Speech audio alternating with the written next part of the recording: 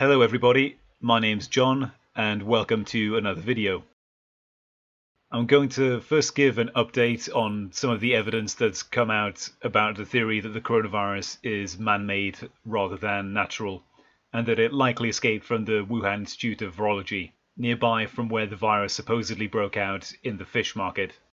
So in the last video I didn't really go into the counter-evidence that much.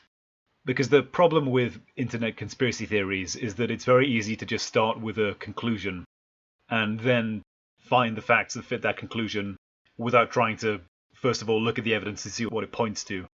And the video ended up being a bit long anyway, so now I'm going to have a look at what people who've spoken out against the idea have said.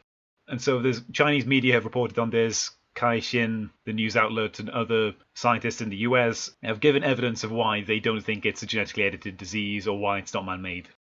So the evidence that they give is that, first of all, China's kind of a hotbed of diseases anyway. And so if you would have a deadly outbreak like this, you would expect it to come from China. So diseases in the past, like obviously SARS, encephalitis, hemorrhagic fever, Black Plague supposedly originated in China, and many other diseases. And because China's got such an incredibly high population, and it's a sort of tropical climate anyway, many different types of animals, it's a place where disease easily spreads.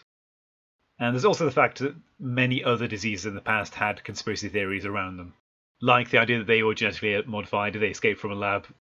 What I'd say to that is that, of course, that's true, but if there were an example of it being man-made, then those facts would necessarily be true anyway. And the fact that they had such problems with diseases in the past was a big incentive for them to do this kind of research that arguably led to the virus escaping from the lab. The evidence that's given by Caixin and others was that, first of all, the ACE2 receptor binding mechanism that we talked about. Scientists have pointed out that this is not the optimal way for a virus to infect the host cells. That if you were going to design a virus to infect people, there'd be many better ways of doing it, to infect more people. And I think this idea only makes sense if you believe that the virus was genetically engineered to kill or infect as many people as possible. Only really if you think the virus was a bioweapon. Like I said in the last video, I don't think the evidence points to the virus being a bioweapon. It's more likely that it's an escaped research project. And so the idea that it's evidence that it's not man-made because it's not an optimal binding mechanism doesn't make sense to me. They had many variations of viruses they were using to study in the Wuhan lab and in previous studies like they did in the 2008 virus. And the other evidence is that apparently COVID-19, this virus, does not have a similar RNA backbone to other previously known viruses, which supposedly it would if it were genetically modified. Now, I'm not a geneticist, so I don't know that much about this backbone idea, but in general, I want to talk about the idea that if it were genetically edited, that there would be obvious signs that scientists would spot straight away, which sounds intuitively true. Surely geneticists would know what they were looking for. Actually, just last year, the United States government were funding this group of scientists who were trying to develop ways to do just that, to develop ways of detecting if a virus was artificially genetically engineered or not. And the ways that they were doing this was simply by cataloguing all previously known edited viruses, and the scientists themselves said that it's like looking for a needle in a haystack, and that you can only detect signs of genetic engineering if you know what you're looking for, and that if a genetically modified organism wasn't declared or wasn't known about, it would be indistinguishable from a natural virus. So the idea that it would be easy to spot signs of genetic engineering, it's not true. Other evidence about the man-made virus theory. So I mentioned the fact that Zhongli Shi and Xing Ge, two Chinese scientists, both previously created SARS-like coronaviruses that bind to the ACE2 receptor. And I want to go into just how unlikely this is to happen. As of 2013, there were around 12,000 viruses that had their genomes fully sequenced that we knew about. And there's an estimated 300,000 viruses in existence that infect mammals, and so we obviously only care about a small minority of those. Of these 12,000 viruses that we'd sequenced, coronaviruses made up about 12% of them, and bat-based viruses made up about 9%. And out of the 1,600 that have been identified, only a handful, fewer than 10, have ever been found to bind to the ACE2 receptor. So we're talking about fewer than 10 viruses out of the 12,000 that exist. Of course, we don't understand the binding mechanisms of many of these viruses, but we do understand a great amount of them. Dengue virus, HIV, encephalitis, hepatitis, influenza. We understand a fair bit about the binding mechanisms of those. And actually, most influenza viruses don't use the ACE2 receptor. Most coronaviruses don't even use the ACE2 receptor. So it's really a tiny subset of viruses that we're talking about. The counter-argument to that would be that we only care about the very deadly viruses. We're studying SARS, for example, that already had this mechanism. And so this new virus is just a mutation of SARS. I would find that argument convincing if it hadn't happened to occur right next to the lab that was studying a near-identical virus down the road from it. In 2013, a bat-like SARS coronavirus was isolated that binds to the ACE2 receptor. And it turns out that virus, according to the new studies on COVID-19, is 96% the same as COVID-19. By comparison, SARS was 88% similar and MERS is 79% similar. Don't give me this thing of, oh, humans are 98% similar to chimps, because we're talking about between other viruses, not between all species. To compare humans and chimp similarity, that's comparing the entirety of known species. You know, when people say you're 50% related to your sister genetically, they're talking about between other humans. If it was comparing all species, you'd be 99.9% similar. I hope that makes sense. And so, to repeat that, this bat-like SARS coronavirus is 96% the same as this new virus COVID-19. And who isolated that virus? Well, it's the same scientists, Xing Yi and Zheng Lixie, both working at the Wuhan Institute of Virology. Would you believe it? So when you look at this research, they just keep coming up. Yeah, it's amazing. The other thing I need to talk about is the HIV connection that's been discussed. So you had this study in India, a study by scientists in New Delhi, and they found that the COVID-19 contains HIV insertions. And by that, they mean a similar mechanism for infection. Not that it contains a HIV virus inside of it or anything like that. And this is how the virus differs from other coronaviruses. Interestingly, HIV treatments were seen for a long time as a way to potentially develop a vaccine against coronaviruses. There's a study that talks about this here. And HIV treatments were successfully used to treat someone infected with coronavirus in Thailand recently. And would you believe it, Zheng Lixie herself in 2011 used a, quote, HIV-based pseudovirus, unquote, meaning an artificially created HIV-based virus, to track the historical development of SARS. Another astonishing coincidence. If only there was some explanation for all of these coincidences, but thank God the legacy media and the tech overlords who control this information are here to stop me thinking incorrect thoughts. So as well as this, there were two Chinese scientists from South China University of Technology, Bo Tao Xiao and Lei Xiao. They released a paper that was very quickly censored, saying that they think that the virus was an escaped research project from another institution in Wuhan. And they talk about animals that were being used for lab testing actually being sold in meat markets in China, and the regulations not being followed. And so that's their professional opinion. This article was quickly censored. Whether this happened in this case, who knows, but from what they've written, it sounds perfectly possible. The other thing people have talked about is the Winnipeg lab theft. So in Canada, there was these two Chinese scientists who were caught trying to steal a virus from a Canadian lab. And you also had the case of this Harvard scientist who was found taking millions of dollars in undeclared income from China to share his research. We don't know how similar those viruses are genetically because we don't have access to all the information. But to me, this is further evidence of the fact that the Chinese government have this effort to basically steal technology from other countries, and that includes bioresearch, which lines up to what they said in the past. It's not just biotechnology, they do this with many other things like internet technology, obviously military technology. The Soviets had a very similar program to use scientists disguised as civilians to simply buy viruses and then weaponize them as part of their bioweapons program. The difference being that I think China is mostly focused on research and products with some military application on the side. And I actually think the whole thing about bioweapons, the way to think about it is similar to tech, and that most of what's done, let's say in Silicon Valley or for tech, is obviously for civilian use. But Amazon and Google have also been known to create technologies for the United States government. And I think this is a similar thing to what's happening with biotechnology. There are biotechnology companies that are creating things for profit, for commercial civilian use, and governments in China and without are taking an interest in this and taking selective parts of it, incorporating it into their military. Of course, the virus could still be natural. Of course, it could have broken out naturally. I'm not discounting its possibility. But to me, the evidence is pretty overwhelming. The probabilities are a bit too low for it to happen that way. So why does the mainstream media continue to repress this information? So I think within the scientific community, there's a general pressure to conform. And nobody wants to come out and say it's a man-made virus, because if it's not the case, they look ridiculous. No one wants to really speculate that much. And it kind of puts their careers on the line. But more importantly, the World Health Organization, who's actually led by a corrupt criminal and a devout authoritarian communist. Got another video about him coming soon, Mr. Tedros. They're actually currently advising Facebook, Google, and Twitter and other tech companies on how to censor information on the coronavirus, and they're basically just doing the bidding of the CCP. So if you even found this video, well done, probably wasn't easy. Yep, you also have the corporate media that are funded by Chinese companies and Chinese money, and so they don't report on this, so they spend a lot more time talking about the conspiracy theory than they do anything else, and never really offer a counter-narrative, just completely discount it. And so it's why you actually find it's either alternative media or the local or tabloid papers that will publish this stuff, because they're less reliant on corporate funding. With all that out of the way, I want to talk about what the true scale of the coronavirus actually is. It's spread to over 70 countries at this point, and it's not showing any signs of slowing down. Don't believe these reports from China about a downturn, or it slowing down, or there being fewer cases. It's a pure propaganda effort on their part to deflect attention away from China and onto other countries and try to blame them and say they're doing a worse job than China. Don't fall for it.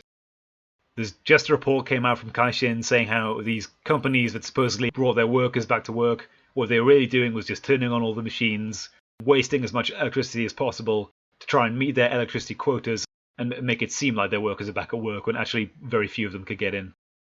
So definitely prepare for this, doesn't matter which country you're in, because there doesn't seem to be any recognizable pattern to this. It's really exploded in countries like Iran and Italy, South Korea. It hasn't really in other places like Thailand, India, South America, Africa. Wherever you are, prepare for it. Stock up on dried food, soap, hand sanitizer, masks if you can get them, probably not though. And avoid large travel hubs and big gatherings, just for your own safety. It's just sensible at this point. And so, just in general, there's been a lot more evidence coming out of the faking of statistics from China, as if we needed any more evidence. But the Epoch Times found that the real numbers in certain hospitals were 52 times higher than official statistics. Many other reports have found this about crematoriums. They've changed the criteria for including people as infected or not about 8 times, such as not including people who tested positive for the disease but didn't show certain symptoms, or had to be verified in a certain way by a certain testing method. One day they reported that there were 600 new cases in Wuhan, but only 300 in Hubei, the province that Wuhan is in. So clearly someone didn't get the memo about how statistics were supposed to be faked that day. And so we kind of have to speculate a little bit about what the real numbers are, because we only really have these select reports. I think the reason we haven't seen similar crisis videos, the likes of which were coming from Wuhan a few weeks ago, is that probably the containment measures and the quarantines did have some effect and slowed down the virus. And also because the censorship ramped up and got a lot better and got a lot quicker. There have been some videos coming out, but they're so quickly censored it's hard to really see them or take note of them. They don't stay up long enough. I want to talk a little bit about this whole theory about the sulfur dioxide emissions, the SO2 emissions, that were generated by the satellite data to show that there was massive amounts of sulfur dioxide coming from Wuhan and a little bit from Chongqing, whereas the rest of China there was very little being emitted. And SO2, sulfur dioxide, along with a bunch of other chemicals, is one of the things produced when biological matter is burned. And this was shown as evidence of the bodies being burned. And so from this you could estimate that there were tens or hundreds of thousands of bodies being burned every week even. Now since then, that data is apparently generated from NASA satellite data, and they themselves said that it's not really based on real-time data. It gets updated from past information and it's a projection, so it's not that reliable. To me, that doesn't answer a whole lot of questions. Why was it showing this massive spike in Wuhan, a month ago, if it's apparently based on near real-time data, if not real-time. So I'd like their explanation for that. All these websites trying to debunk it, they'd have a lot more credibility if they didn't quote Chinese sources for it. But I agree, it's certainly not reliable to make any estimates on the amount of dead. And also, sulfur dioxide is also generated with the burning of coal and steel, as well as burning of organic matter and medical equipment. A Taiwanese news site showed that, apart from that, you also had satellite data, which is NASA's fire heat emission data, tracking the number of fires around the world. And they also showed an uptick in fires in Wuhan over the last few weeks. And again, we can never really be 100% sure of this data because, for all we know, it could be burning infected animal corpses, it could be burning large amounts of medical equipment. I think the real thing we have to go on is the reports from the citizen journalists in China itself, who have gone to crematoriums and done interviews and found what they've said about the number of bodies being burned. So of course, about over a month ago, The Chinese government, quite quickly into the outbreak, ordered that all bodies infected with the virus have to be burned very swiftly. And the Epoch Times and other Chinese local journalists have been reporting that some crematoriums received up to 225 bodies a day, and working overtime, working all night in some cases, which would a total around 34,000 bodies in 3 weeks at the time that was reported. And with the coronavirus looking at about a 3.8% death rate, according to the WHO, implies that over roughly a 3-week period, up to 900,000 people were infected. And so if we look at the 3 months since this has been going on, we're looking at around nearly 100,000 dead and a couple of million infected cases. You also have the fact that the Chinese government ordered 40 mobile cremators sent to Wuhan. And officially this was for burning medical equipment. Guessing a certain percentage of it would have been used for disposing of medical equipment. A certain percentage might be for other infected materials. But still, this has got to be in the tens of thousands, if not the hundreds of thousands of bodies being burned. And this was about 2 weeks ago now. If that weren't evidence enough, you have the citizen journalist Zheng Li. And he used to be a host for CCTV, Chinese state media.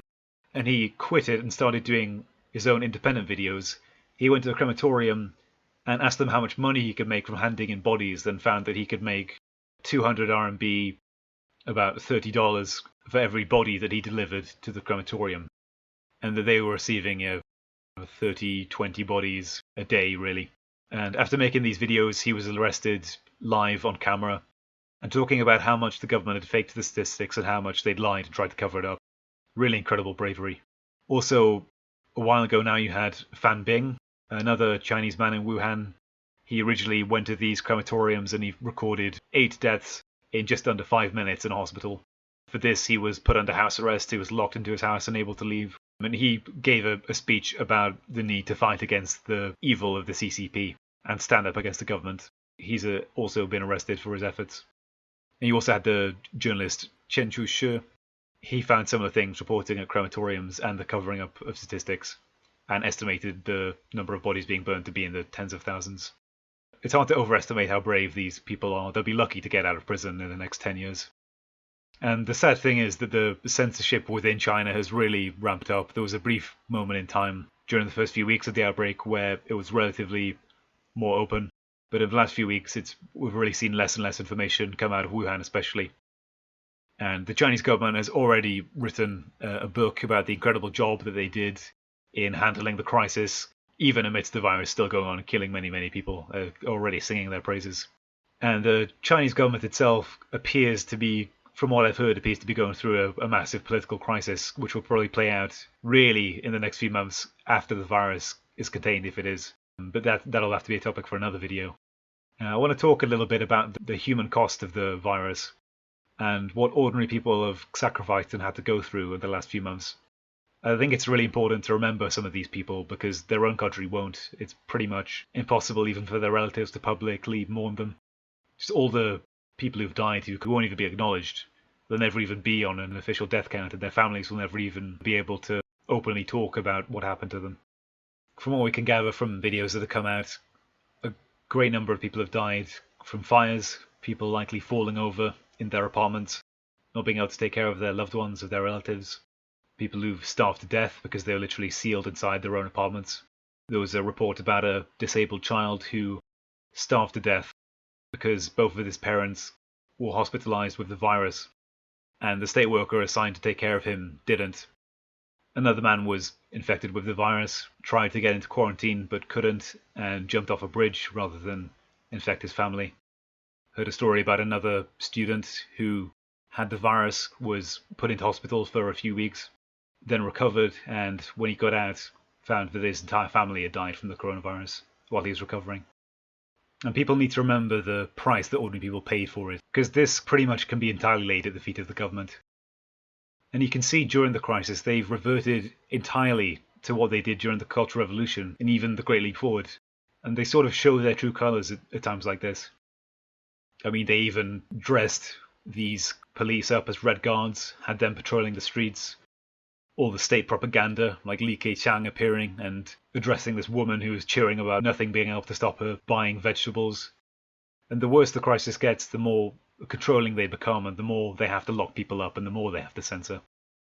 Inside the hospitals themselves, you had the people who had talked about the virus on their social media forced to write letters of self-criticism for even talking about their experiences as they were hospitalized. Some cases it was the last things they ever wrote. It was this video of the hospital staff singing songs that praised the Communist Party to the patients who were lying there dying. And this has changed the lives of so many people in China. It's hard to see how things are going to carry on as normal afterwards. Especially for the younger generation. Friends of mine who get very depressed about the prospects of things changing in China. And really, who knows? I occasionally feel optimistic and occasionally very depressed about the future for them. But the younger generation are the ones who are in touch with this kind of information. And most people, from experience I know, most people in China don't really care about politics, don't know very much about it. They just know that it's not a good route to go down, and that it won't end well if they ever do anything outside of the party.